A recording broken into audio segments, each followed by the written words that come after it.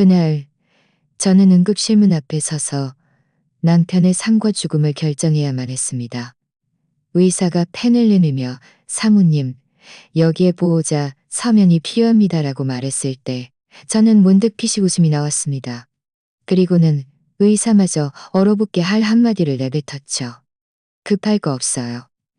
시어머니 오시면 그때 얘기하죠. 당신은 제가 피도 눈물도 없는 사람이라고 생각할지 모릅니다. 하지만 당신은 이 63세 남자가 어떻게 한 여자 집에서 쓰러져 구급차에 실려왔는지 알지 못합니다. 그날 밤 새벽 1시에 휴대폰이 울렸을 때 제 평생의 결혼 생활은 이미 파국을 맞이한 것이나 다름없었습니다. 저는 부산 해운대 아파트에 살고 있습니다. 이름은 듣기에도 아름다운 마린시티 빌리지였죠. 그날 새벽 저는 병원에 있었습니다. 저는 병원에 있었습니다. 저는 병원에 있었습니다. 그때 휴대폰이 갑자기 진동했습니다. 그때 휴대폰이 열로 소아과 응급실에 실려와 병실에 실려와 병실에 실려와 잠들어 있었고 저는 간이 침대에서 쪽잠을 자고 있었죠. 저는 목소리를 낮춰 전화를 받았습니다. 여보세요. 소화기 너머에는 젊은 남자의 다급한 숨소리가 들려왔습니다. 박민준 씨 부인이십니까? 저는 순간 정신이 번쩍 들었습니다. 네, 제가 맞는데요. 그의 말은 매우 빨랐습니다. 여기는 구급대원 김대원입니다. 박민준 씨가 마린시티 오피스텔에서 갑자기 쓰러져 의식이 없습니다. 지금 병원 응급실로 이송 중인데 오실 수 있으십니까? 마린시티 오피스텔. 그 고층 건물을 저는 알고 있었습니다. 해변가에 위치한 초고층 고급 주거지로 한 채에 수십억 원을 호가하는 곳이었죠. 그리고 그곳에는 좀 더 듣기 거북한 소문도 있었습니다. 그 건물은 내연녀들의 아지트라는 소문이요. 저는 이어서 물었습니다. 지금 상태는 어떤가요? 초기에는 뇌졸중으로 보입니다. 출혈량이 좀 많습니다. 보호자께서 병원으로 와주셔야 할 것 같습니다. 동의서와 수술 동의서에 서명이 필요할 수 있습니다. 저는 옆 침대에 누워있는 하은이를 흘끗 보았습니다. 여전히 이마가 뜨거웠고 잠결에도 미간을 찌푸린 채 작은 몸을 이불 속에 웅크리고 있었습니다. 하은이 엄마, 그러니까 제 딸 서연이는 또 다른 철제 침대에서 지쳐 쓰러져 잠들어 있었고 전화가 울려도 깨지 못했습니다. 저는 심호흡을 하고 외손녀의 어깨까지 이불을 더 끌어올렸습니다. 복도에는 늘 병간호를 하는 듯한 아줌마 한 분이 휴대폰을 보고 있었습니다. 아주머니, 죄송하지만 이 아이 좀 잠깐 봐주실 수 있을까요? 5살인데 방금 열이 좀 내렸어요. 저는 목소리를 낮춰 부탁했습니다. 응급실에 급한 일이 생겨서 잠시 다녀올게요. 금방 올 겁니다. 금방 올려다보더니 고개를 끄덕였습니다. 네, 다녀오세요. 무슨 일 있으면 다시 내려오세요. 저는 가방을 챙기고 건강보험증과 휴대폰을 주머니에 넣고는 엘리베이터를 향해 전력 질주했습니다. 엘리베이터 문이 열리자마자 밖에서 구급차 사이렌 소리가 요란하게 들려왔습니다. 구급차는 문 앞에 서 있었고 문이 열려 있었습니다. 들것에 누워있는 그 남자는 가까이 가지 않아도 박민준이라는 것을 저는 알 수 있었습니다. 보호자 오셨습니다. 누군가 소리쳤고 구급대원이 저를 차문으로 이끌었습니다. 사모님, 타세요. 이동하면서 말씀드리겠습니다. 제가 차에 오르자 문이 쿵 하고 닫혔고 차는 즉시 출발했습니다. 차 안의 불빛은 눈부시게 하였습니다. 심전도 모니터는 삑 하는 낮은 소리를 내고 있었고 박민주는 눈과 코, 입에 모두 튜브를 꽂은 채 청백한 얼굴로 누워 있었습니다. 옆에 앉은 구급대원이 저를 올려다보았습니다. 부인이십니까? 제가 고개를 끄덕이자 그는 말을 이었습니다. 갑자기 쓰러지셨고 오른쪽 편마비가 왔고 말도 어눌해졌습니다. 출혈성 뇌졸중으로 의심됩니다. 그는 다시 물었습니다. 고혈압은 있으셨나요? 네, 10수년 전부터 있었습니다. 의사가 술 줄이고 밤늦게까지 깨어있지 말라고 했는데 남편은 늘 못 들은 척했죠. 차가 흔들리자 저는 손잡이를 붙잡았습니다. 구급대원은 고개를 숙여 차트에 뭔가를 적었습니다. 잠시 후 병원에 도착하면 먼저 검사를 할 겁니다. 출혈량이 너무 많으면 즉시 수술해야 합니다. 보호자께서 동의서와 수술 동의서에 사명하셔야 합니다. 사모님께서 1순위 보호자이십니다. 그는 잠시 멈췄다가 다시 고개를 들었습니다. 쓰러진 곳이 마리시티 오피스텔 맞습니까? 그는 차트를 가리키며 말했습니다. 마리시티 오피스텔 1호층입니다. 문을 열어준 건 잠옷 차림의 젊은 아가씨였습니다. 계속 울면서 동료라고 하더군요. 동료? 저는 비웃었습니다.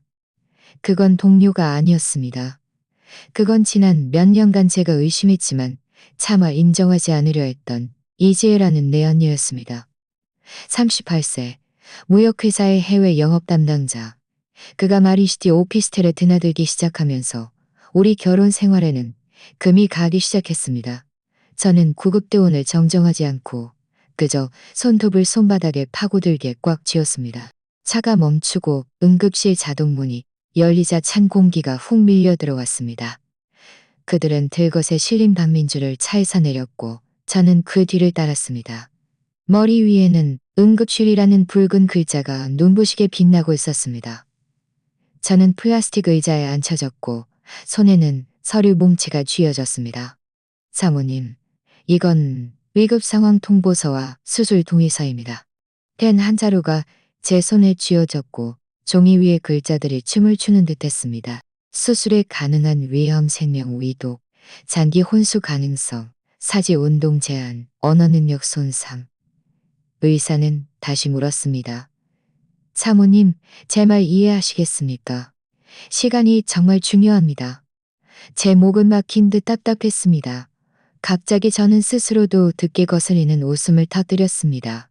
제 눈에는 그 붉은 불빛이 수술 중이 아니라 올 것이 왔다라고 쓰여있는 듯했습니다.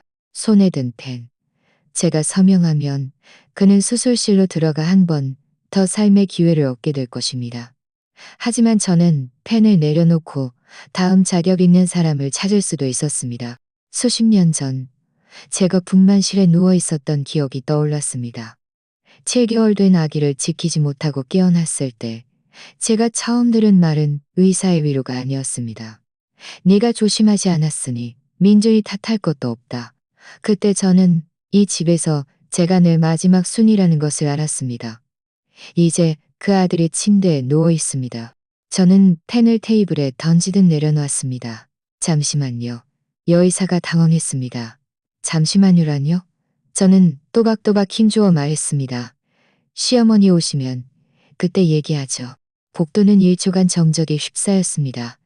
간호사들마저 저를 올려다보았습니다. 의사가 미간을 찌푸렸습니다. 사모님, 환자분은 위급 상황입니다. 더 지체하면 안 된다고 말한 적 없습니다. 제가 그의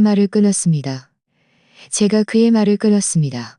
시어머니 오시면 같이 서명하겠다는 겁니다.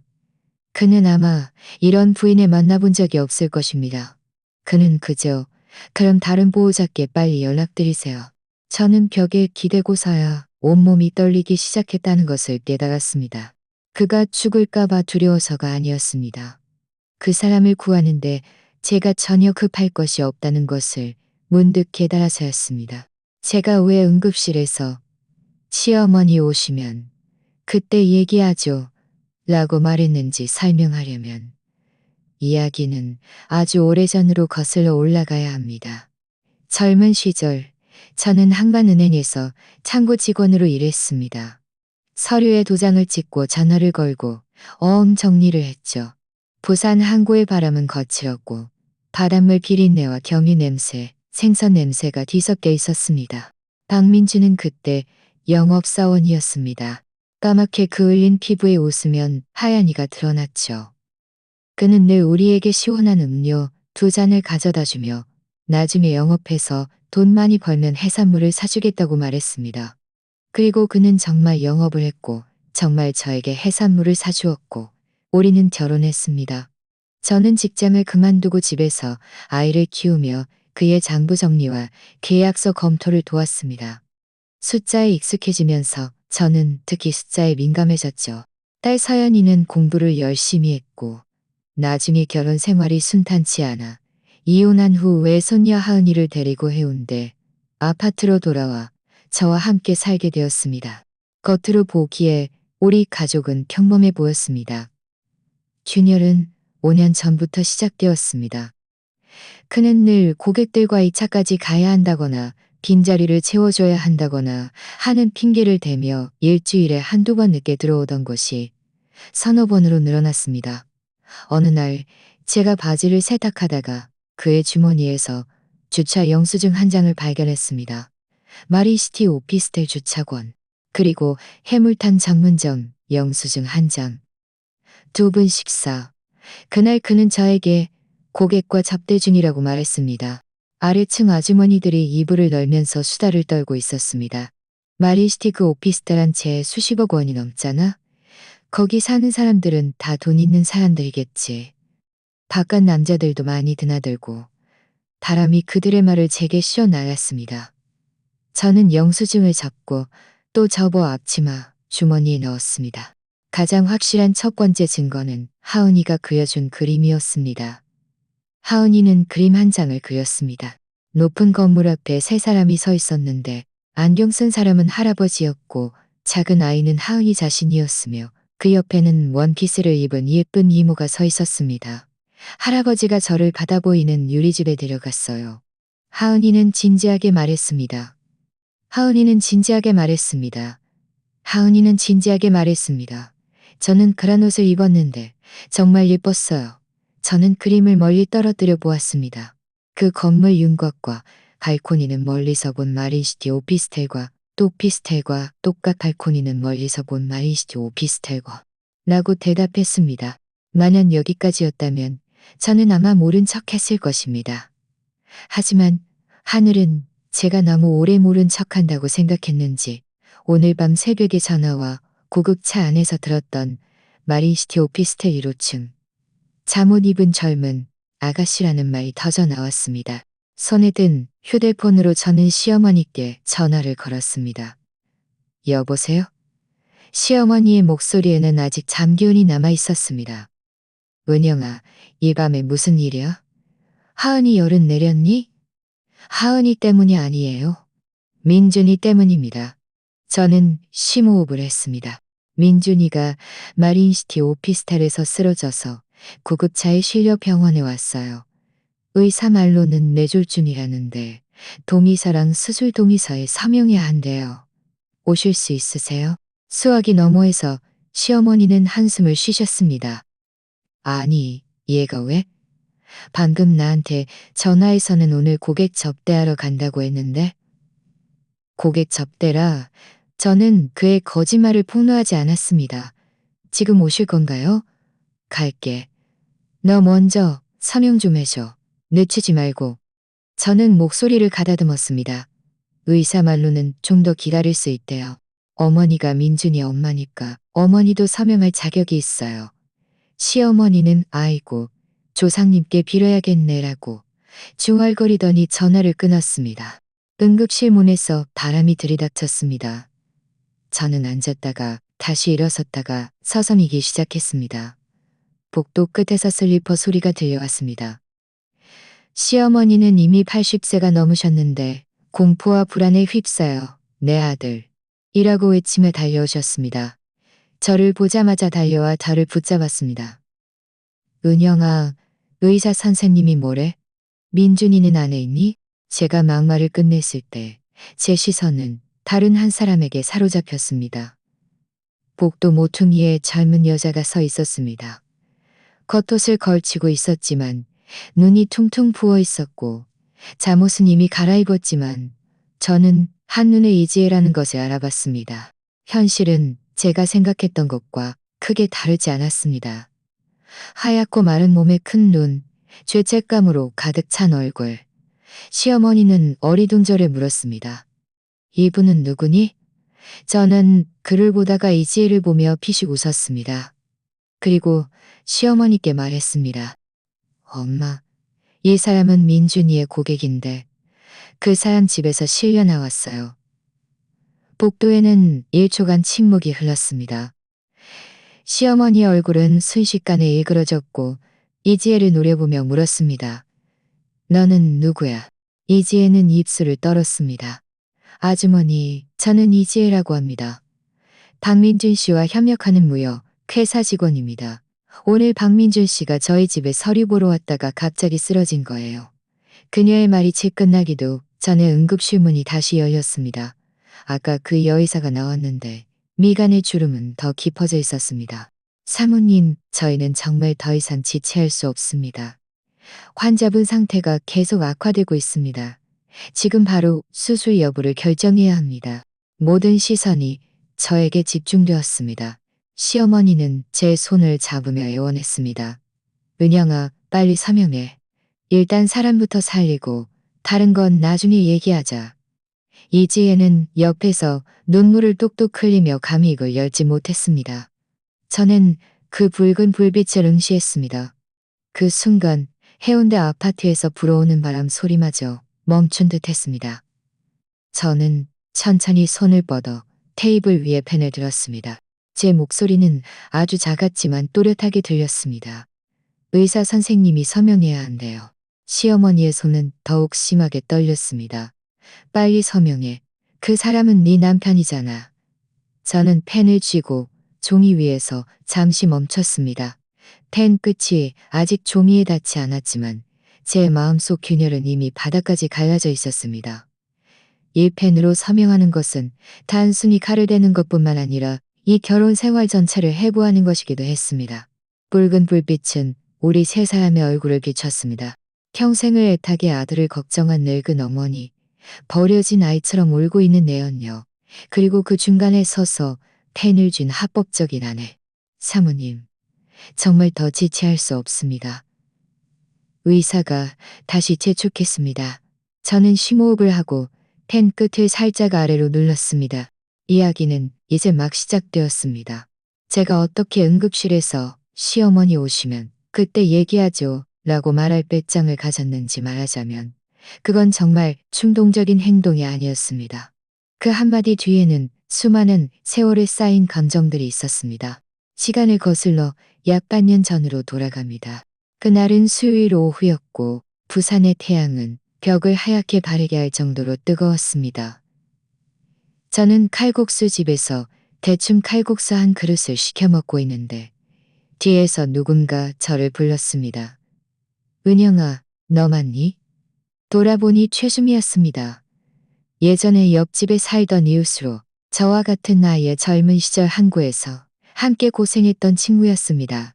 나중에 남포동으로 이사 갔는데 지금은 보라색 짧은 머리에 금태 얇은 머리에 금태. 그녀는 과장되게 웃었습니다.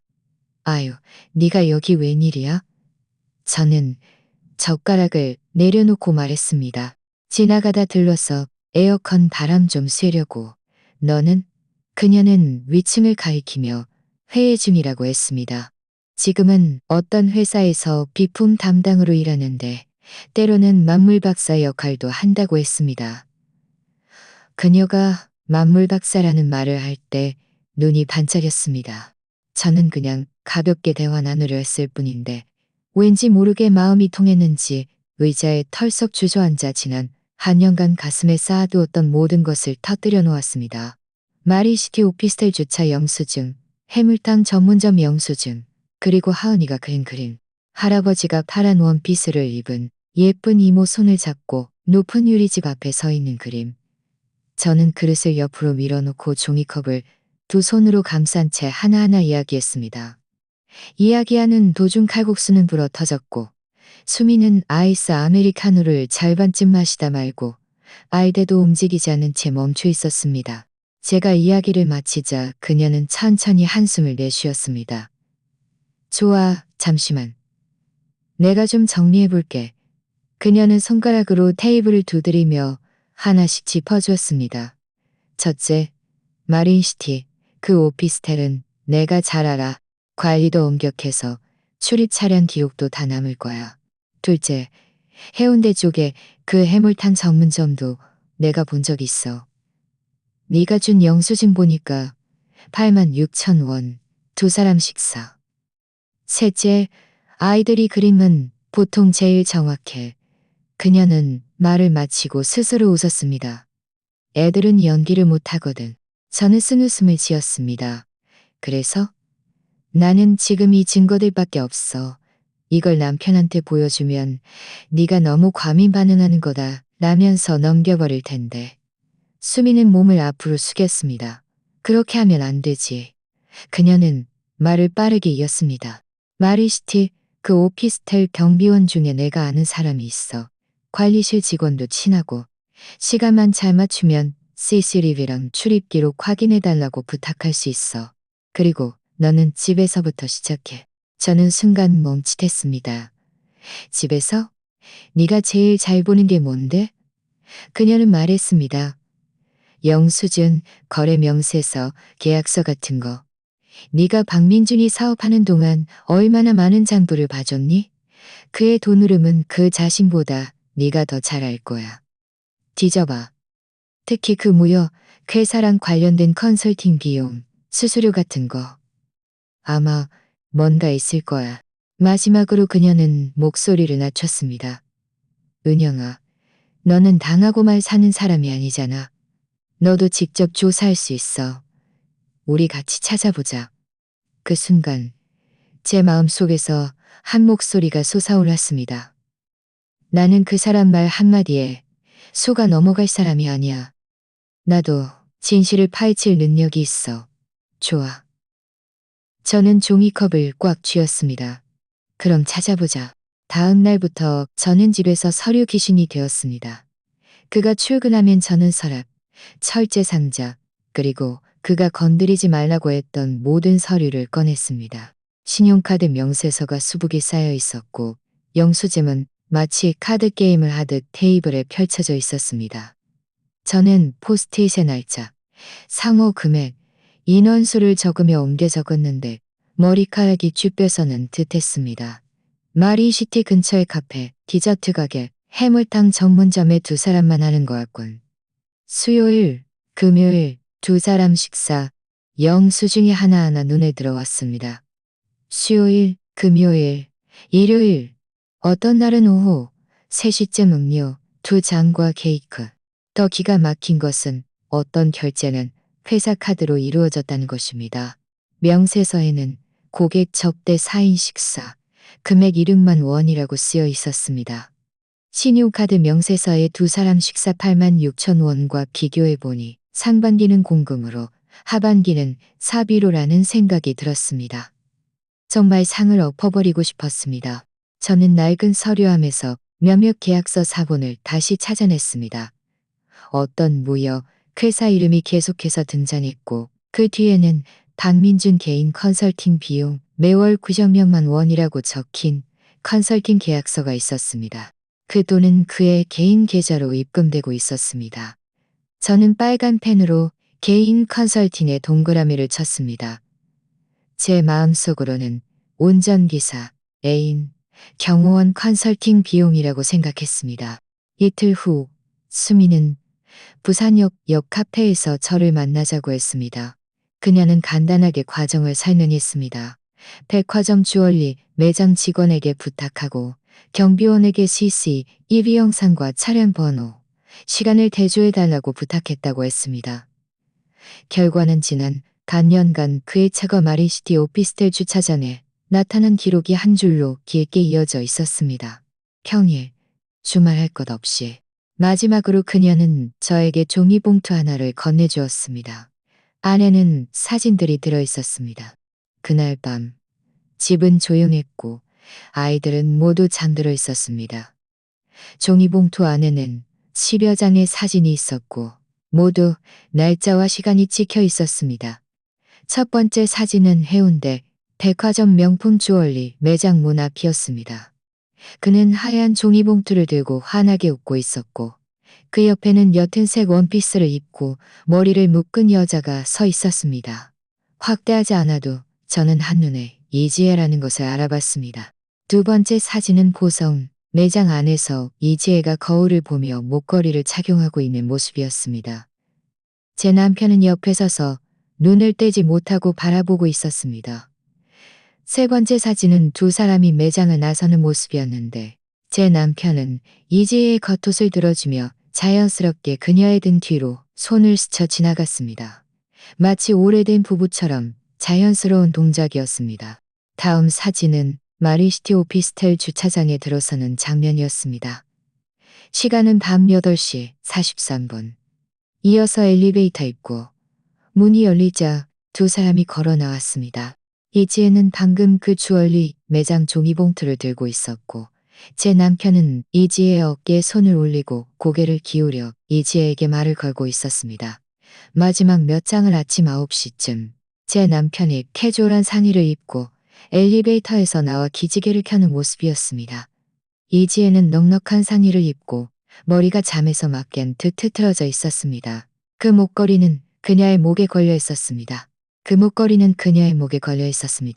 저는 사진을 정리하고서야 제가 이를 악물고 있었다는 것을 깨달았습니다. 머릿속에는 오직 한 문장만 맴돌았습니다. 좋아, 박민준. 네가 그렇게 계산을 박다면 나도 너와 한번 계산해보자. 계산하기 전에 먼저 장부를 제대로 써야겠죠. 이후 일주일 동안 식탁은 증거정리대가 되었습니다. 왼쪽에는 영수증, 오른쪽에는 출입기록, 중간에는 빨간 펜. 저는 증거들을 정리했습니다.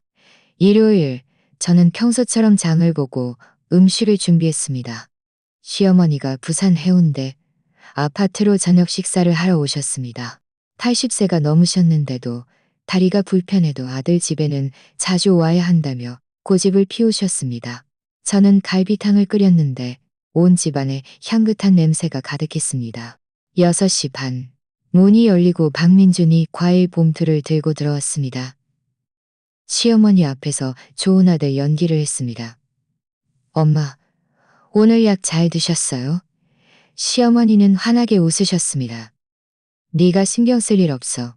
저는 앞치마를 벗어 걸고 의자를 당겨 앉았습니다. 음식은 좀 이따 먹자. 민준아, 앉아봐. 우리 회의 좀 하자. 그는 순간 멈칫했습니다. 무슨 회? 딸 서연이는 분위기가 심상치 않다는 것을 눈치채고 하은이를 옆으로 데려가 앉혔습니다.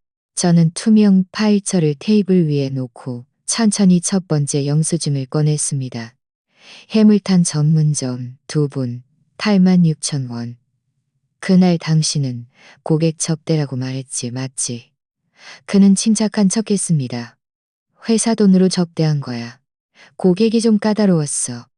저는 신용카드 명세서를 펼쳤습니다.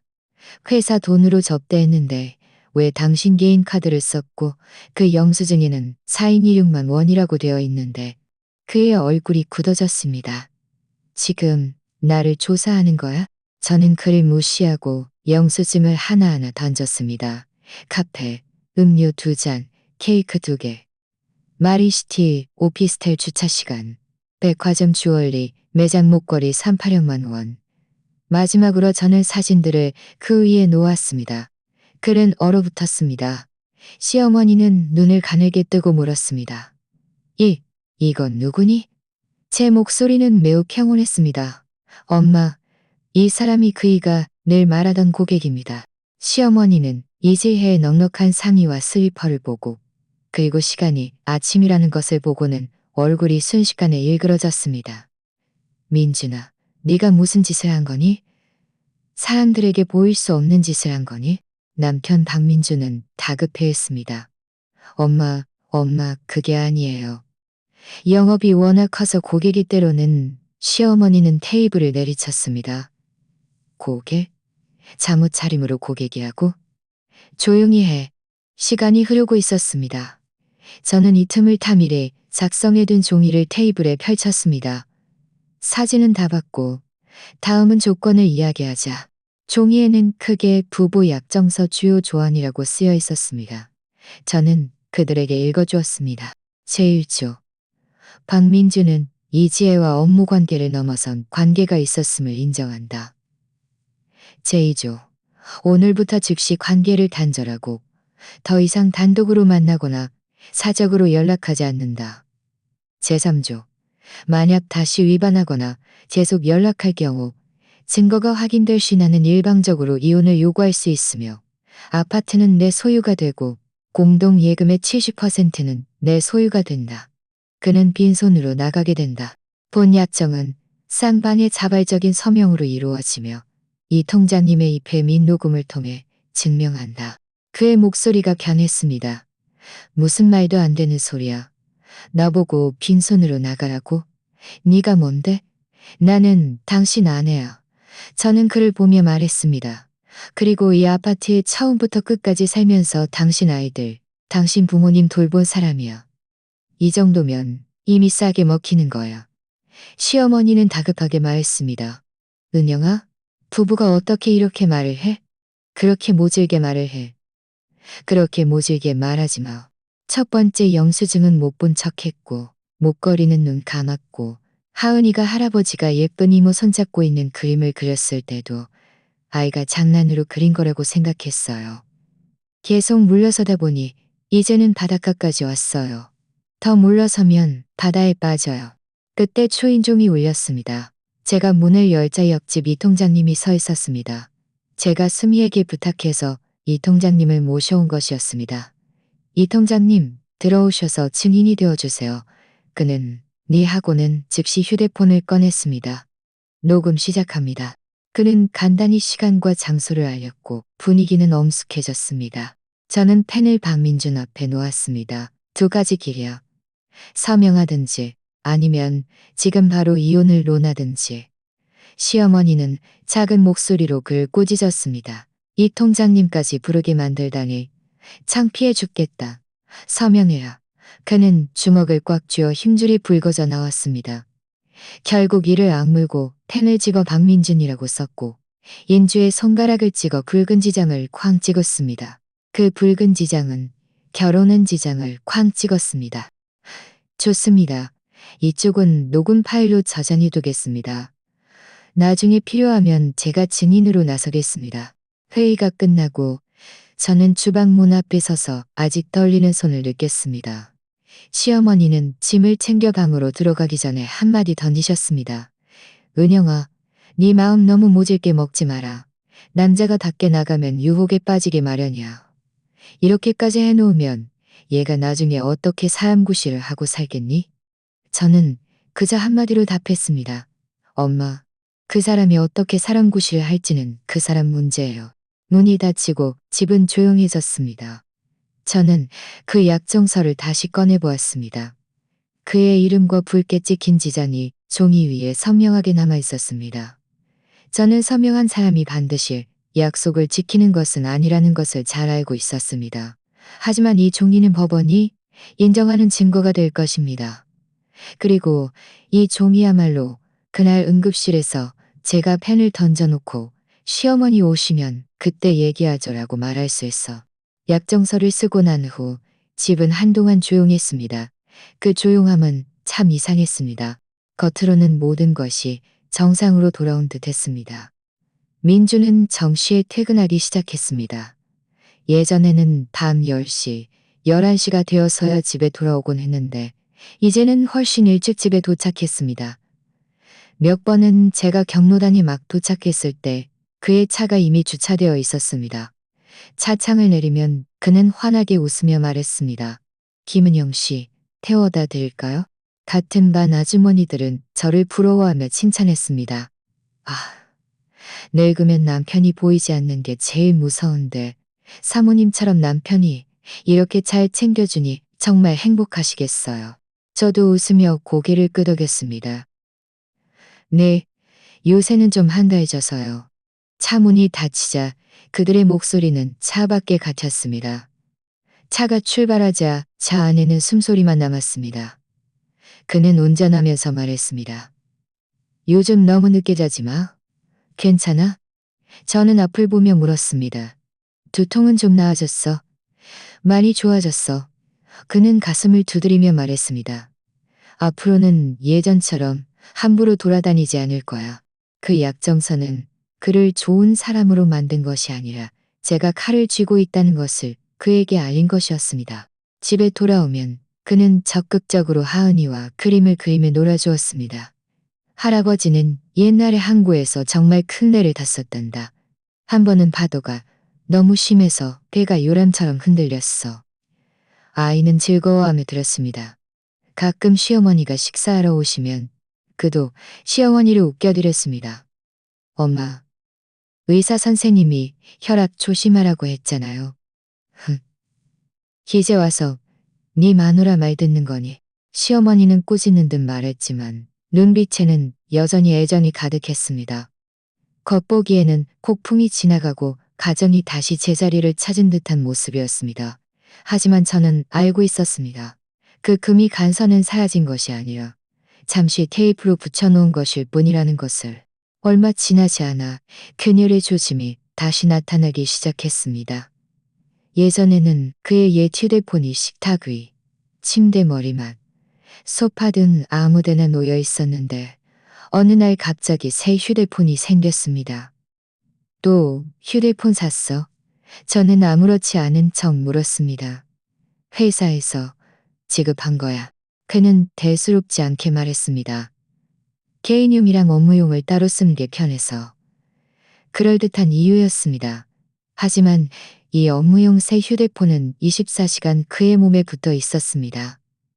식사할 때도 휴대폰은 허벅지 위에, 샤워할 때도 휴대폰을 욕실에 가져가 수건 옆에 두었고, 심지어 화장실에 갈 때도 휴대폰을 가지고 갔습니다.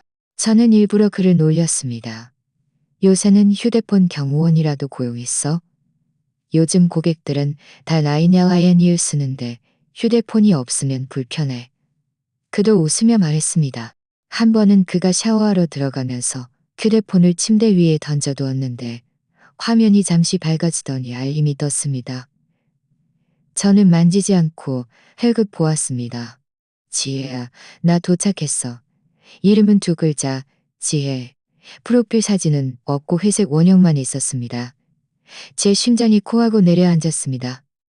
그가 욕실에서 고개를 내밀어 제가 방에 있는 것을 보자마자 수건을 집어드는 것보다 먼저 휴대폰을 향해 수건을 집어드는 것보다 먼저 휴대폰을 향해 달려왔습니다. 그는 아무렇지 않은 척 말했지만 바닥에는 아직 물방울이 떨어지고 있었습니다. 그날 밤 그는 샤워를 마치고 휴대폰을 베개 옆에 두고 잠들었습니다. 저는 그에게 등을 돌린 채 눈을 크게 뜨고 있었습니다. 지혜는 누구일까? 이지일까? 그들의 친일까? 아니면 또 다른 사람일까? 다음날 그가 출근한 후 저는 침대를 정리하는 척 그의 옛 휴대폰을 가져와 알림이 있는지 확인했습니다. 바탕화면은 깨끗했고 라인과 IN을 열어보니 채팅 기록도 깨끗했습니다. 회사 고객 그룹 채팅방조차 보이지 않았고 가족 채팅방과 몇몇 동찬 채팅방에서 가끔 어르신들이 공유하는 사진이나 글만 올라와 있었습니다. 저는 냉정하게 비웃었습니다. 갑자기 이렇게 메시지 정리를 열심히 하는 건 변했기 때문일까? 아니면 내가 볼까봐 두려워서일까? 진정한 단서는 오히려 전화 요금 명세서에 있었습니다. 저는 서랍에서 명세서를 꺼내 한 장 넘겨보았습니다. 번호는 알 수 없었지만 몇몇 전화는 특히 눈에 띄었습니다. 새벽 1시쯤, 밤 11시, 밤 12시 반. 통화 시간은 20분에서 30분. 오랫동안 같은 번호로 전화했습니다. 고객이 한밤중에 이렇게 오랫동안 통화할까? 저는 포스트잇에 그 번호를 적었습니다. 그때 현관문에서 소리가 들렸습니다. 그가 아침 식사를 들고 들어왔습니다. 그는 환하게 웃으며 말했습니다. 김밥과 순대 사왔어. 좀 이따 나가. 저는 전화 요금 명세서를 다시 서랍에 넣었습니다. 동작은 느렸지만 심장은 빠르게 뛰었습니다. 그 며칠 동안 저는 채팅 백업을 이해하기 위해 딸 서연이에게 특별히 가르쳐달라고 부탁했습니다. 엄마, 이걸 배워서 뭐 하려고 그래? 그냥 단체 채팅방에 사진이 너무 많아서 휴대폰 용량이 부족하다고 계속 뜨잖아. 저는 아무렇게나 둘러댔습니다. 서연이는 성질 급하게 저를 도와주고 봐주었습니다. 제가 배우는 속도가 느리면 그녀는 한숨을 쉬었고 저는 못 알아듣는 척했습니다. 하지만 한 가지는 제가 특히 빨리 배웠습니다. 채팅방 전체를 삭제할 수 있다는 것. 제 휴대폰에서는 그 대화가 한 번도 없었던 것처럼. 그날 밤 그가 잠든 틈을 타 저는 그의 옛 휴대폰을 몰래 보았습니다. 연락처에는 지혜가 없었습니다. 심지어 이로 시작하는 이름도 없었습니다. 저는 점점 더 확신했습니다. 그새 휴대폰이야말로 그의 진짜 삶이고 이 옛 휴대폰은 그저 우리에게 보여주기 위한 연극이라는 것을. 2, 3일 후 수미에게 메시지가 왔습니다. 점심에 시간 있어? 정보가 있어. 제 심장이 쿵 하고 내려앉았습니다. 어떤 정보? 마린시티죠. 그녀가 답했습니다. 너 아마 듣고 싶을 거야. 우리는 부산역 옆 그 프랜차이즈 카페에서 만나기로 했습니다. 제가 먼저 도착했는데 마음이 전혀 진정되지 않았습니다. 얼마 지나지 않아 수미가 허둥지둥 들어와 의자에 털썩 주저앉았습니다. 내가 너한테 말했잖아. 그 백화점 주얼리 매장 직원은 정말 인간 정보통이라고. 그녀는 가방을 의자에 놓고 작은 목소리로 말했습니다. 지난번에 네 남편 감시해달라고 부탁했던 그 직원 말이야. 며칠 전에 그들을 또 봤대. 제 심장이 철렁했습니다. 누구긴 누구겠어. 그녀는 눈을 굴리며 말했습니다. 네 남편. 그녀는 눈을 굴리며 말했습니다. 아내는 음성 메시지가 있었는데 그녀는 직접 들려주지 않고 내용을 읽어주었습니다. 그날 그 두 사람이 또 왔어요. 이번에는 목걸이 디자인을 바꾸러 왔는데 박민주 씨가 옆에서 계속 이게 더 잘 어울려요. 그 체인은 너무 얇아요라고 말하더군요. 결제할 때도 자연스럽게 이지혜 씨 손을 잡고 걸어갔어요. 위층에 밥 먹으러 갔대요. 수미는 잠시 멈췄다가 저를 흘금 보며 말했습니다. 그 직원 말로는 정말 자연스럽게 마치 오래된 부부처럼 손을 잡았다고 했어. 저는 종이컵을 쥐고 있었고 손가락 마디가 하얗게 변했습니다. 그녀는 다시 목소리를 낮췄습니다. 더 기가 막힌 건 말이야. 그 직원이 그러는데 이지혜 씨 배가 좀 아주 조금 나왔다는 거야. 아주 조금. 제 목이 꽉 막혔습니다. 그러니까 살찐 것 같지는 않고 아랫배가 좀 불룩하다는 거지. 수미는 손으로 배를 가리키며 묘사했습니다. 그 직원들이 뒤에서 혹시 임신한 거 아니야? 하고 수군거렸대. 공기가 갑자기 무거워졌습니다. 카페에서는 노래가 흘러나오고 옆에서는 누군가 웃고 투자 이야기를 하고 여행 이야기를 하고 있었지만 제 귀에는 웅웅하는 소리만 들렸습니다. 아마 너무 많이 먹어서 그런 거겠지. 저는 농담을 하려 했지만 입이 바싹 말랐습니다. 요즘 젊은 사람들은 스트레스가 많아서 배가 자주 더부룩하잖아. 수미는 저를 바라보았습니다. 은영아, 네가 강한 척하는 거 알아. 하지만 오늘 밤 집에 가면 분명 잠 못 잘 거야. 저는 말했습니다. 아니야, 신경 안 써. 수미는 한숨을 쉬었습니다. 은영아, 마음의 준비를 해야 해. 만약 정말 그렇다면 그때 그쪽에서 어떻게 반응할지 네가 나보다 더 잘 알잖아. 알아. 제 목소리는 아주 작았습니다. 그녀는 다시 말했습니다. 지금 당장 가서 난리치라는 말이 아니야.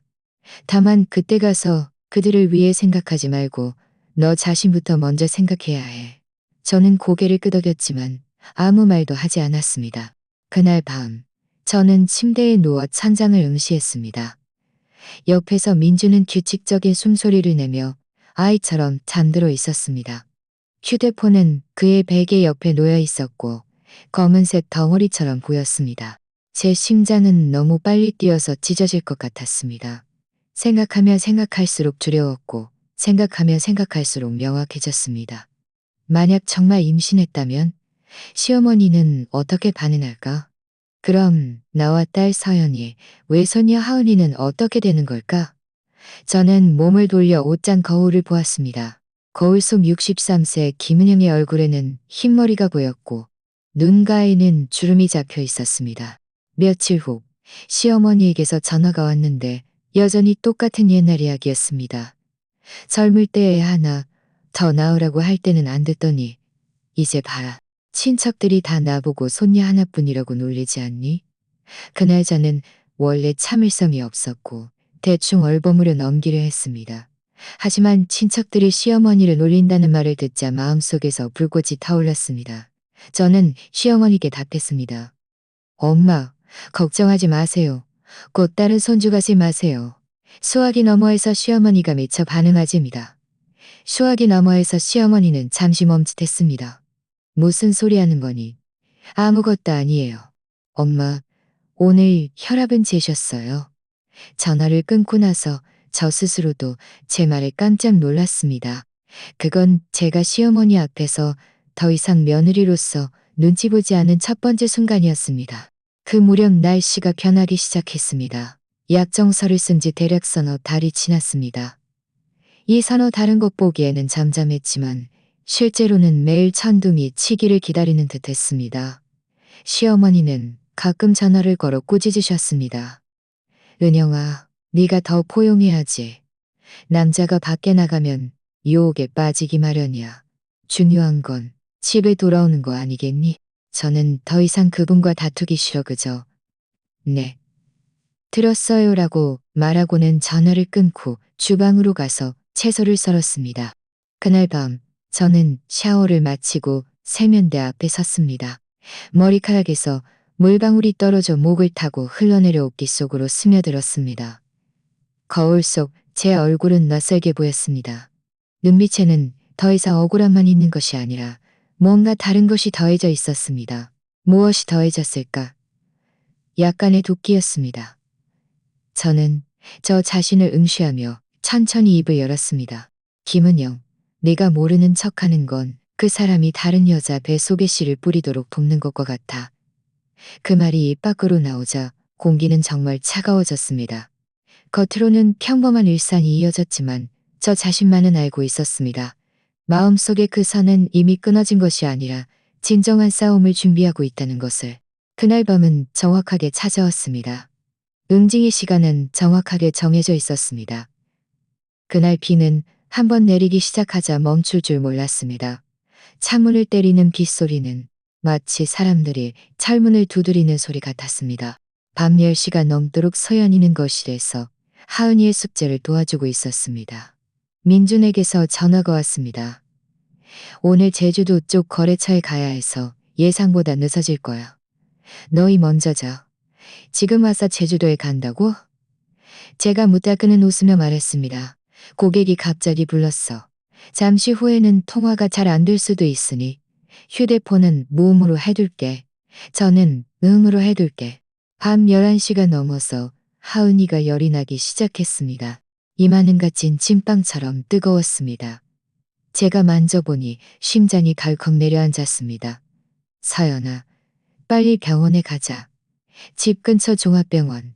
건강보험이 적용되는 가장 일반적인 병실은 하얀 벽, 차가운 침대, 너무 센 에어컨, 그리고 좀 납작한 베개가 있었습니다.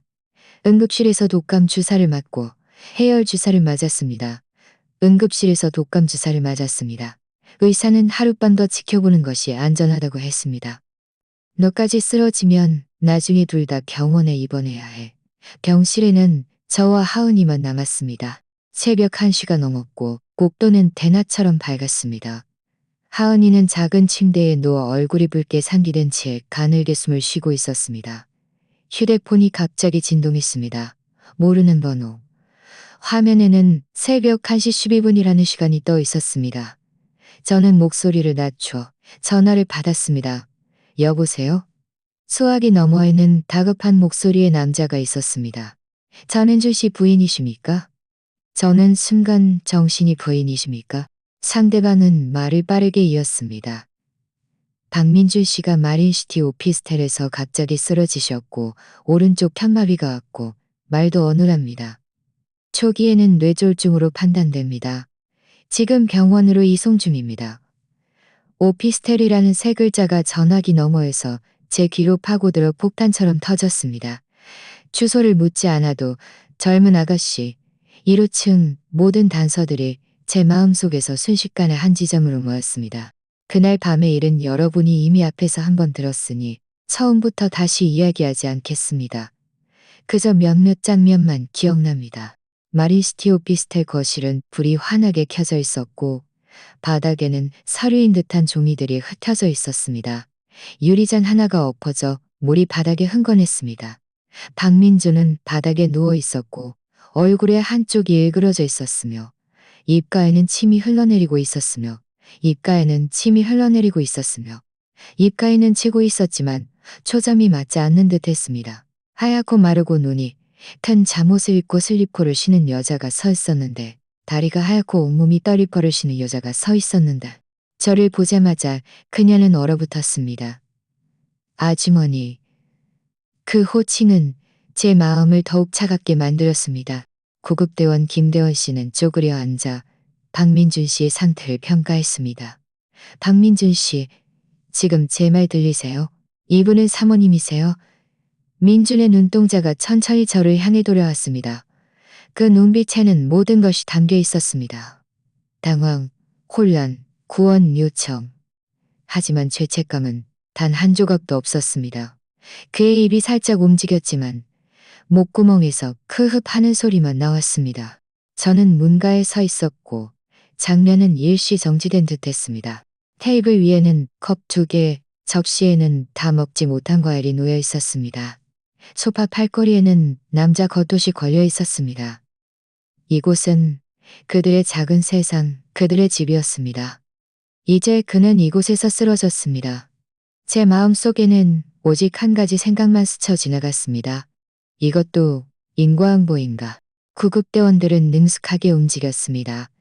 혈압을 재고 산소 마스크를 씌우고 경추 고정대를 씌웠습니다.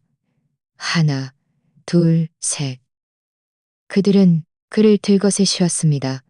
이지혜는 옆에서 울며 떨고 있었습니다. 대원님, 제가 방금 너무 흥분하지 말라고 했는데 갑자기 그이가.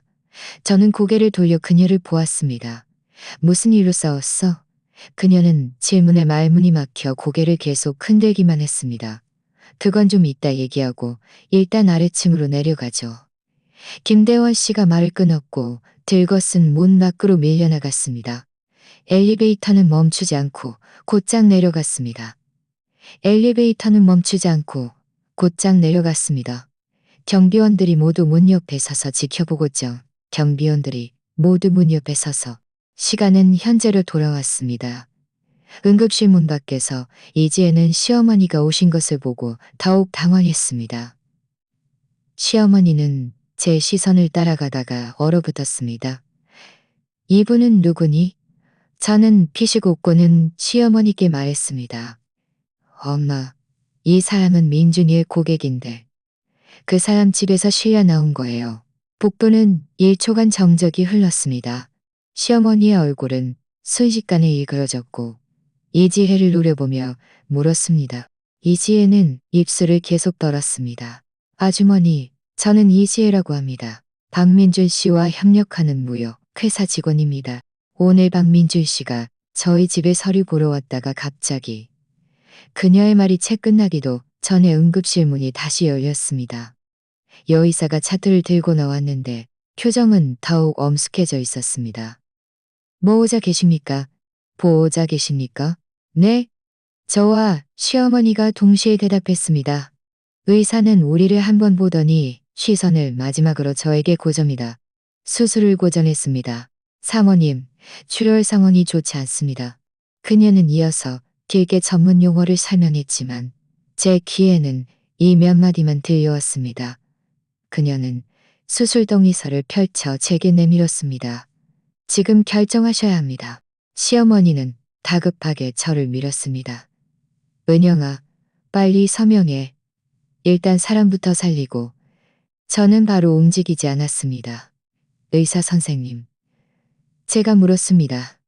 만약 수술하지 않으면 어떻게 되나요? 의사는 잠시 멈칫했지만 솔직하게 말했습니다. 수술하지 않으면 저희는 완화 치료만 할 수 있습니다.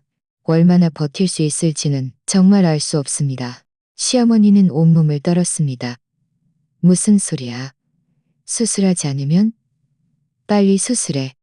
저는 고개를 돌려 시어머니를 보았습니다. 엄마, 잠시만요. 우리 먼저 할 얘기는 확실히 하고 가요. 그리고 저는 이지혜를 향해 말했습니다. 이지혜 씨, 지금 임신 몇 개월입니까? 그 한마디의 복도 전체가 조용해졌습니다. 이지혜는 온몸이 굳어졌고 눈물이 뚝뚝 떨어졌습니다. 세 달 됐어요. 시어머니는 마치 벼락이라도 맞은 듯 했습니다. 무슨 소리 하는 거니? 이지혜는 울어서 목소리조차 제대로 나오지 않았습니다. 아주머니, 죄송합니다. 일부러 그런 게 아니에요. 그이가 저한테 다 해결할 거라고 했어요. 설 지나고 집에 가서 말할 거라고 했어요. 저는 피식 웃었습니다. 어떻게? 설 지나고 나한테 이혼하자고 하고 당신더러 애를 낳아달라고? 이게 당신들이 말하는 해결이야? 그녀는 더 심하게 울었지만 부정하지는 않았습니다. 시어머니는 의자에 앉아 온몸을 뒤로 움츠렸습니다. 시어머니의 손은 너무 떨려서 제대로 움직이지 못했습니다. 갑자기 제 손을 꽉 잡더니 펜을 제 손바닥에 쥐어주셨습니다. 은영아, 이런 얘기는 나중에 하고 빨리 서명해. 일단 사람부터 살려야지. 그가 아무리 잘못했어도 네 남편이고 내 아들이잖아.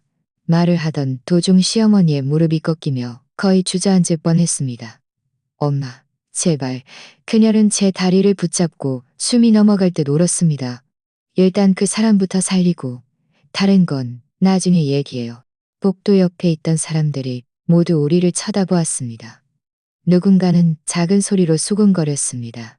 분명 바깥 여자일 거야. 정실 부인 내언녀, 시어머니까지 다 모였네. 저는 그 모든 소리를 들었지만 전혀 창피하지 않았습니다. 저는 몸을 굽혀 시어머니를 일으켜 다시 의자에 앉혀드렸습니다. 엄마, 제가 안 된다고 말한 적 없어요. 제가 말하는 건 지금 확실히 들어두라는 거예요. 저는 다시 한번 시어머니께 또박또박 말했습니다. 저는 다시 한번 시어머니께 또박또박 말했습니다. 이 수술을 하고 나서 그이가 만약 깨어나지 못하거나 걷지 못하거나 말하지 못하게 된다면 앞으로 24시간 내내 그이 곁이게 된다면 앞으로 24시간 내내 그이 곁이게 된다면 저는 이지혜를 흘금 보았습니다. 그녀는 벽에 바싹 붙어 죄송합니다. 라는 말만 되풀이하고 있었습니다. 의사 선생님, 저는 다시 시계를 보며 말했습니다. 남편의 상태는 정말 더 이상 지체할 수 없습니다. 저는 심호흡을 하고 테이블 앞으로 돌아왔습니다. 펜은 여전히 그곳에 놓여 있었습니다. 펜은 여전히 그곳에 놓여 있었습니다. 펜은 여전히 그곳에 놓여 있었습니다. 머리 위에는 불빛이 켜져 있었습니다. 저는 펜을 들었고 손가락은 흔들림 없이 안정적이었습니다. 의사는 고개를 끄덕이고 서류를 들고 수술실로 들어갔습니다. 문이 닫히고 붉은 불빛이 방 전체를 환하게 비췄습니다. 저는 몸을 돌려 아직 흐느끼고 있는 시어머니를 보았습니다. 엄마, 저는 평온하게 말했습니다. 수술은 제가 서명한 거예요. 그이의 목숨은 제가 살려준 겁니다. 저는 잠시 멈췄다가 덧붙였습니다. 이 빚을 앞으로 어떻게 갚아나갈지는 어머니들의 양심에 달렸습니다. 빗방울은 계속해서 응급실 유리문을 때렸고 멀리서 천둥 소리가 울려 퍼졌습니다. 수술실 안에 불빛이 켜지는 순간 저는 분명히 알고 있었습니다. 박민준의 뇌혈관은 오늘 밤 터진 것이지만 우리 결혼 생활은 사실 그보다 훨씬 전에 이미 한 번 파열되었던 것입니다. 수술 후 다음 날 아침 민준은 중환자실로 옮겨졌습니다. 의사는 48시간 동안 지켜보며 깨어나는지 확인해야 한다고 말했습니다. 셋째 날 새벽 담당 의사가 우리 보호자 몇 명을 복도로 불렀습니다. 환자분은 깨어나셨습니다. 오른손과 오른발은 거의 힘이 없고 말은 어눌하며 가장 중요한 것은 감정적으로 너무 흥분하면 안 됩니다. 시어머니는 이 말을 듣자마자 우셨습니다. 그럼 제가 들어가서 봐도 될까요? 의사는 저를 한 번 보더니 시어머니를 보며 말했습니다. 한 번에 한 명만 들어갈 수 있습니다. 일단 하모님께서 들어가서 중요한 말씀만 하시고 싸우지 마세요. 시어머니는 고개를 돌려 제 손을 잡았습니다. 네가 들어가라. 네가 말을 더 잘할 거야. 저는 고개를 끄덕였습니다. 민주는 안에 누워 있었습니다. 예전에 그 한국 사나이는 이제 몸을 돌리는 것조차 간호사의 도움을 받아야 했습니다. 저는 침대 발치에 서서 몇 초간 그를 바라보다가 천천히 다가갔습니다. 민준아. 제가 부르자 그의 눈동자가 천천히 저를 향해 돌아왔습니다. 그 순간 저는 그가 저를 알아보았다는 것을 알 수 있었습니다. 그의 입꼬리가 비뚤어진 채 작은 소리를 쥐어짰습니다. 어, 은영아. 바람 빠진 풍금 소리처럼 끊어지는 목소리였습니다. 고마워. 살려줘서. 저는 바로 대답하지 않고 그저 그의 얼굴을 바라보았습니다. 제가 평생의 절반 이상을 함께했던 얼굴. 이제는 주름이 모두 한 곳에 모여 있었고 눈에는 극도의 두려움이 서려 있었습니다. 수술은 내가 서명했어. 제가 말했습니다. 맞아. 그의 눈가가 붉어졌고 눈물이 천천히 흘러내렸습니다. 내가 잘못했어. 그는 오른손을 움직이려 했었지만 움직이지 않았습니다. 미안해. 심전도 모니터의 숫자들은 깜빡거렸습니다. 저는 목소리를 낮췄습니다. 당신이 뭘 잘못했는지 알아? 그는 저를 응시하며 입을 벌렸다 닫았다 했지만 완전한 문장을 말하지 못했습니다. 그는 어린아이처럼 울었고 완전한 말 한마디도 하지 못하고 계속해서 미안해라는 말만 쥐어짰습니다. 하지만 저는 그를 용서할 마음이 전혀 들지 않았습니다.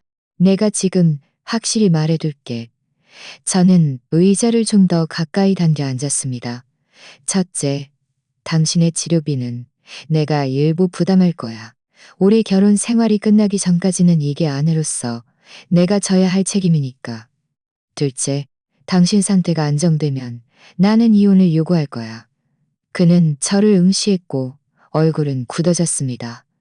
이혼? 그는 겨우 두 글자를 쥐어짰습니다. 제가 고개를 끄덕였습니다. 해운대 아파트는 나와 서연이, 하은이가 살 거야. 당신은 당신 부모님 집으로 돌아가든지 아니면 나중에 누구랑 살든지 마음대로 해. 그의 숨소리가 갑자기 거칠어졌습니다. 심전도 모니터는 더욱 크게 삐소리를 냈습니다. 나를 버릴 거야? 그는 힘겹게 물었습니다. 지금 이대로인데 나를 버릴 거야? 저는 그를 보며 말했습니다. 내가 당신을 버리는 게 아니야. 나는 분명히 말했어. 당신이 먼저 나를 항고해버리고 다른 여자를 마린시티에서 주워왔잖아. 그의 눈물은 끊어질 실처럼 뚝뚝 벌어졌습니다. 저는 가방에서 투명 파일철을 꺼냈습니다. 그 안에 있던 종이를 꺼내 그의 눈앞에서 흔들었습니다. 이거 알아봐. 민주는 종이를 누려보았고 표정은 혼란스러움에서 두려움으로 변했습니다. 그것은 반년 전의 부부 약정서였습니다. 위에는 몇몇 큰 글자가 쓰역을 갖는다. 큰 글자가 쓰여 있었습니다. 만약 타인 글자가 쓰여 있었습니다. 만약 다시 위반하거나 계속 위반하거나 계속 연락할 경우 증거가 확인될 시 나는 일방적으로 이혼을 요구할 수 있다. 그리고 붉게 빛나는 그 지장. 처음에 이 통장님이 식탁 맞은편에 앉아 휴대폰으로 녹음하고 있을 때 저는 그에게 상기시켰습니다. 박민준이라는 세 글자는 당신이 직접 쓴 거라고. 나는 지금 이혼하자고 소리치는 게 아니야. 제가 말했습니다. 그날 당신이 식탁에서 서명했을 때 이 길은 이미 정해진 거야. 저는 그 약정서를 다시 파일철에 넣었습니다. 나는 당신을 완전히 파멸시키려 하는 게 아니야. 제가 말을 이었습니다. 치료비는 내가 부담할 거야. 당신 부모님도 연세가 많으시니 내가 모든 것을 그들에게 떠넘기지도 않을 거야. 다만 지금부터 우리는 한 배를 탄 사람이 아니야. 그는 계속 울고 계속해서 안 되라고 말했습니다. 마치 망가진 어린아이 같았습니다. 하지만 저는 문득 아주 조용함을 느꼈습니다. 이것이야말로 우리 평생 가장 대드는 대화였습니다. 그가 서 있고 내가 앉아 있는 것이 아니라, 그가 화를 내고 내가 달래는 것이 아니라, 그가 화를 내고 내가 달래는 것이 아니라, 저는 일어섰습니다. 민주는 힘겹게 숨을 쉬며 필사적으로 저에게 손을 뻗으려 했지만 닿지 않았습니다. 은영아, 그는 힘없이 외쳤습니다. 안 돼. 가지 마. 저는 그를 보았지만 마음속에 진짜 말은 하지 않았습니다. 네가 아무리 크게 외쳐도 부산 항구의 바람을 시간을 되돌려주지 않을 거야. 저는 몸을 돌려주는 자실 문 밖으로 걸어 나왔고 문은 제 등 뒤에서 쿵 하고 닫혔습니다.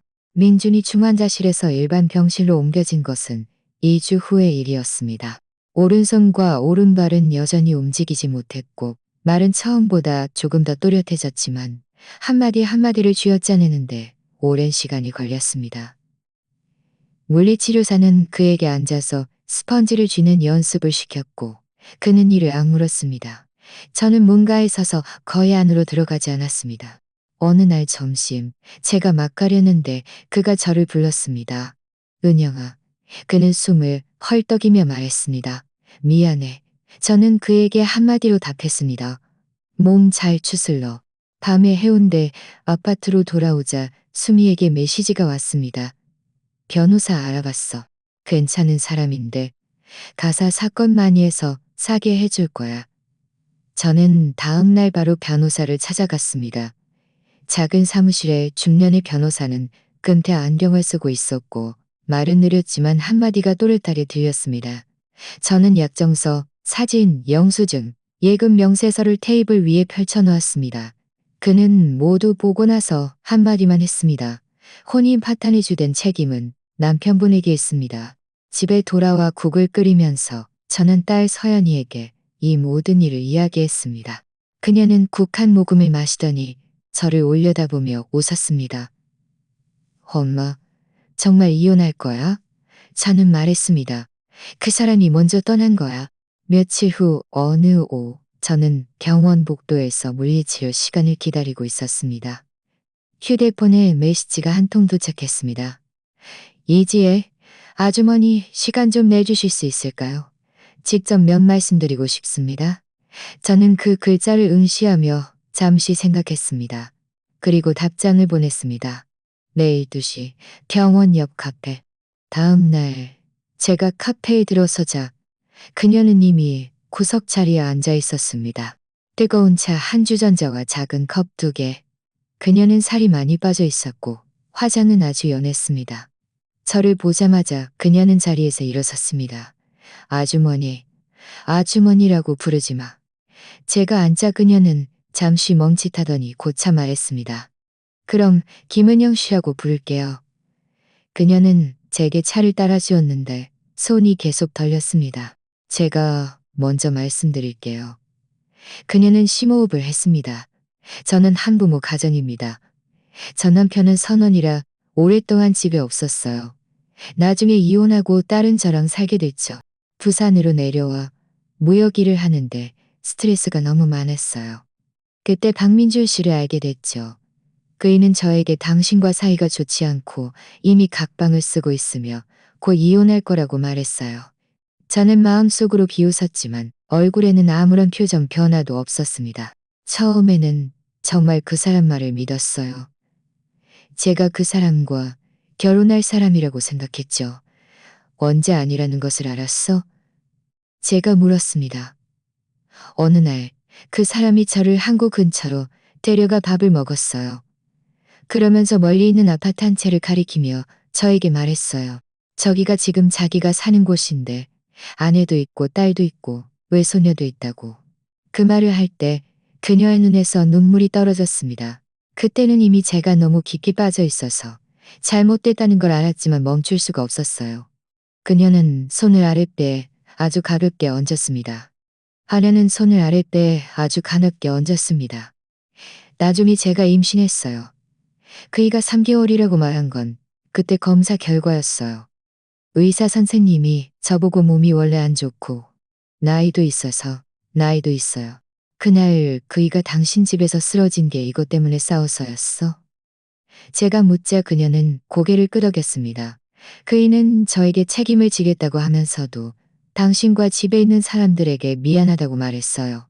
양쪽에서 오락가락하다가 갑자기 얼굴이 일그러지면서 쓰러졌어요. 그녀는 저를 올려다보았습니다. 김은영 씨, 제가 잘못했다는 걸 알아요. 용서해달라고 할 수는 없지만 앞으로 제가 어떻게 해야 할지만 저는 더 이상 이 모든 것을 끌고 가지 않을 거예요. 그녀는 입술을 깨물며 말했습니다. 의사 선생님 말씀대로 몸 관리 잘하고 이 일도 잘 해결할 거예요. 딸과 함께 중부지방으로 이사 갈 거예요. 더 이상 부산에 머무르지 않고 그이와도 연락하지 않을 거예요. 그녀는 말을 마치고 가방에서 하얀 봉투 하나를 꺼내 저에게 내밀었습니다. 이 안에 1억엔만 워 있어요. 그녀가 말했어요. 그녀가 말했습니다. 이동안 그이가 가끔 주던 용돈인데 별로 쓰지 않고 모아둔 거예요. 이 돈은 원래 제가 가질 돈이요. 저는 봉투를 보았지만 바로 손을 뻗지 않았습니다. 돈을 돌려주면 다 갚았다고 생각하는 거야? 제가 묻자 그녀는 계속 눈물을 흘렸습니다. 불가능하다는 걸 알아요. 하지만 제가 돌려줄 수 있는 건 이것뿐이에요. 저는 그제야 봉투를 가방에 넣었습니다. 한 가지 물어볼게. 저는 그녀를 보며 말했습니다. 다음에 또 가정이 있는 남자가 당신에게 원래 아내와 사이가 좋지 않고 곧 이혼할 거다라고 말하면 그때도 그 사람이 당신에게 잘해준다고 말할 거야? 그녀는 힘껏 고개를 흔들었지만 울어서 말조차 하지 못했습니다. 저는 더 이상 몰아붙이지 않았습니다. 좋아. 저는 일어섰습니다. 그럼 당신 말대로 해. 부산이 이렇게 좁은데 당신이 빨리 떠나는 게 모두에게 좋을 거야. 그녀도 일어섰고 고개를 숙이며 말했습니다. 저는 그녀를 보았습니다. 저는 그녀를 보았습니다. 저는 그녀를 보았습니다. 38세. 많다고 할 수도 없고 적다고 할 수도 없는 나이. 그 순간 문득 그녀가 하은이처럼 작게 느껴졌습니다.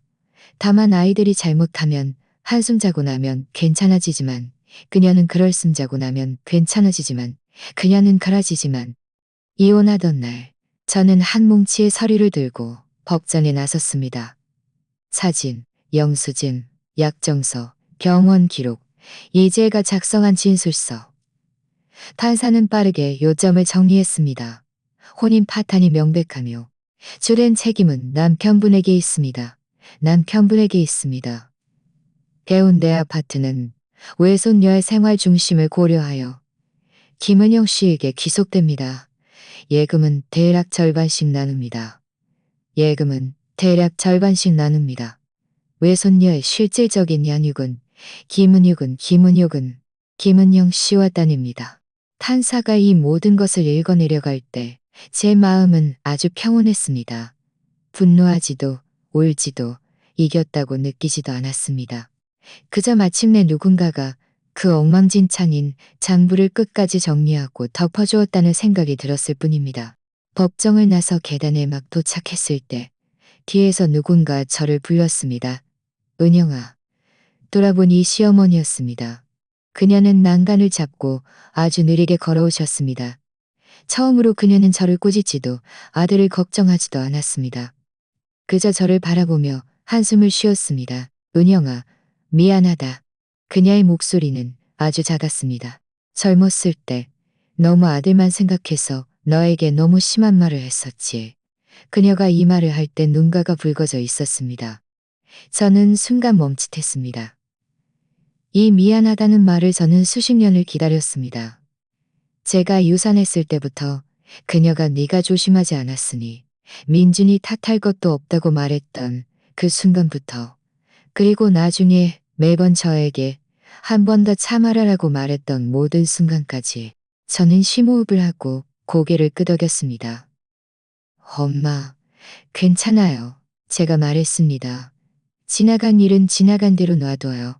저는 잠시 멈췄다가 덧붙였습니다. 앞으로는 언제든 저한테 전화하시면 돼요. 그녀는 눈물을 흘리며 그저 그래라고 말했습니다. 그리고 우리는 각자 다른 방향으로 걸어갔습니다. 집에 돌아와 문을 열자 거실불이 켜져 있었습니다. 사연이는 테이블 앞에서 하은이의 숙제를 도와주고 있었습니다. 하은이는 엎드려 혀를 살짝 내밀고 아주 진지하게 글씨를 쓰고 있었습니다. 하은이가 제일 먼저 뛰어나와 제 허리를 껴안았습니다. 그 순간 제 온몸은 안정되었습니다. 저는 판결문이 든 봉투를 가방에서 꺼내 테이블 위에 놓았습니다. 얇은 몇 장의 종이에 불과했지만 제 손안에 쥐고 있는 느낌은 그 옛날 결혼 등록증보다 훨씬 무거웠습니다. 서연이는 판결문을 들어 천천히 읽어보더니 저를 올려다보며 미소 지었습니다. 저도 웃었습니다. 주방에는 낡은 철 냄비가 여전히 걸려 있었고 후드에서는 여전히 소리가 났습니다. 해운대 아파트는 여전히 낡았고, 여전히 시끄러웠고, 여전히 물이 샜습니다. 하지만 오늘부터 이곳은 진정으로 우리 세 여자만의 집이었습니다. 여기까지 들어주셔서 감사합니다. 그리고 함께 해주셔서 감사합니다. 댓글로 당신의 생각을 남겨주세요. 제가 천천히 읽고 천천히 답글을 남기겠습니다. 구독과 좋아요, 그리고 알림 설정도 부탁드립니다.